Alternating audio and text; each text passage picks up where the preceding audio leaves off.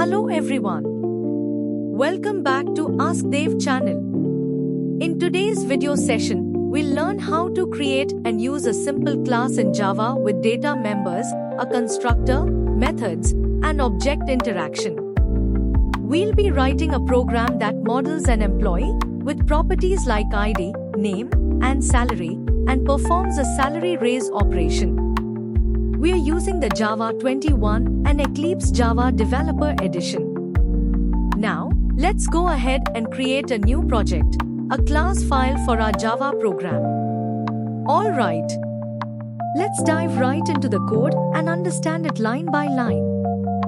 We start with the package declaration, package employee pkg. This means that our class belongs to a package named employee pkg. Packages help organize your Java classes logically, like keeping related files in the same folder. Next, we define our employee class. This class represents an employee in a company and it will hold details like ID, name, and salary, and also include methods to modify them. Here we declare three instance variables. First one is ID to store the employee's ID number.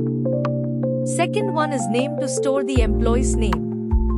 And finally the salary to store the current salary of the employee. These are marked private, which means they can only be accessed within this class, means a key concept called encapsulation. Let's define a constructor that initializes these instance variables when we create a new employee object. The keyword this is used to refer to the current object's variables.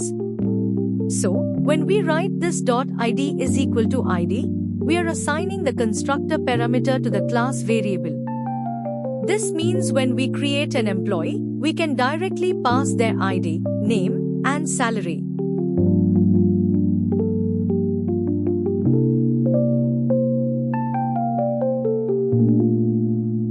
Raise salary method is used to increase the employee's salary by a given percentage.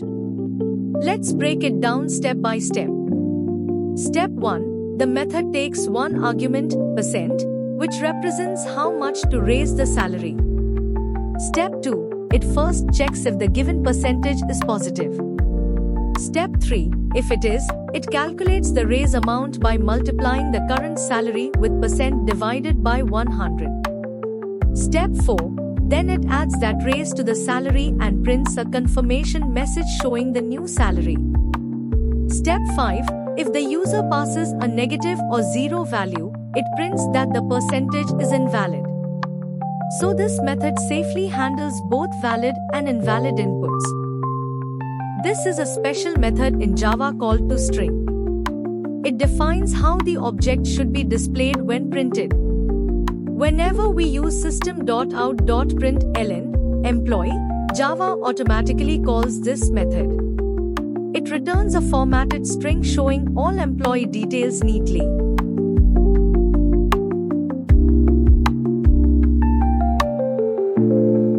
Here, we are creating a new employee object named employee. We pass three values.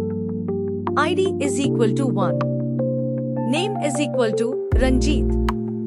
Salary is equal to 50,000. So now, we have an employee named Ranjit with an initial salary of 50,000 rupees.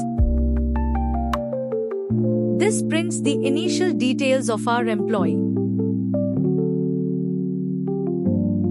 The second line automatically calls the toString method, so it prints all the details in one line.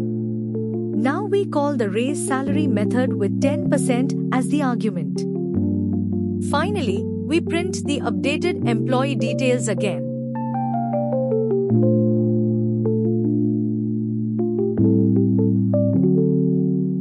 Since we modified the salary, the toString method now shows the updated value. Cool, we have successfully completed the code. Cool, we have successfully completed the code. Let's run the program. And there you go, we have an output as we planned while coding. We've successfully created and understood an employee class in Java with a constructor, methods, and object-oriented concepts like encapsulation and method overriding. We also learned how to calculate and update salary using the raise salary method and how a method toString helps to display object data in a readable format. If you found this explanation helpful, don't forget to like, share, and subscribe to Ask Dev for more Java programs. Thanks for watching, and I'll see you in the next video.